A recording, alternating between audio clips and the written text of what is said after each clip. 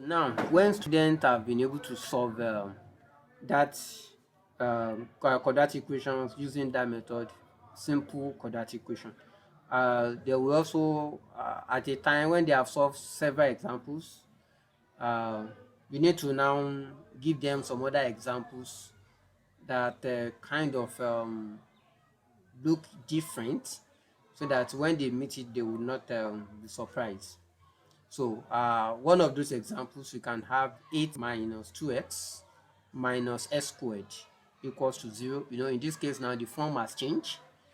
Then we can also have maybe possibly big numbers like 6x squared plus 11x minus 35 equal to 0.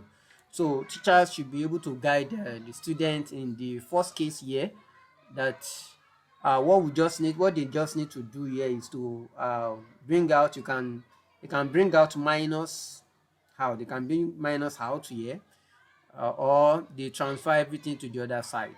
In the case of equation, you can actually transfer to the other side or you multiply through by negative sign.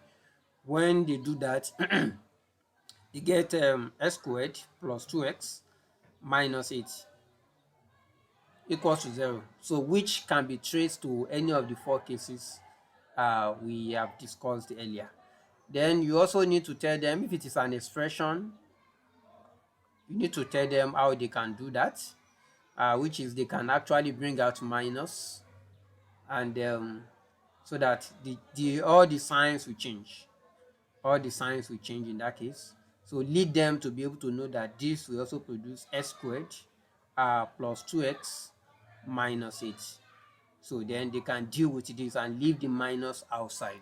So after factorizing, they can now apply the minus. Then for the second case here that I wrote, if you look at this number, it's actually large. By the time they are trying to multiply 6 times minus 35, if they multiply, they may have a large number, a greater number, which it may be actually difficult to deal with. So what they can actually do in that case is also they can break it down. For example, 6 can be broken down into 2 times 3. Then 35 can be broken down into 5 times 7. So students can actually look at it and see different combinations. So we can just pick 2. Now look at this. For example, if you take 3 and 5, 3 times 5 will give us 15. Multiply by 2 times 7. 2 times 7 is 14. So 14 and 15 cannot actually produce 11x. Just like 6, when you subtract, in this case now, this is minor. It means the two numbers that you are going to produce, you want to break 11 down into 2. The two numbers will actually have different signs. So 6 minus 35 cannot give us 11. So likewise, you pair this again. If you pair it like this, we have 14 and 15. 14 and 15 cannot give us 11.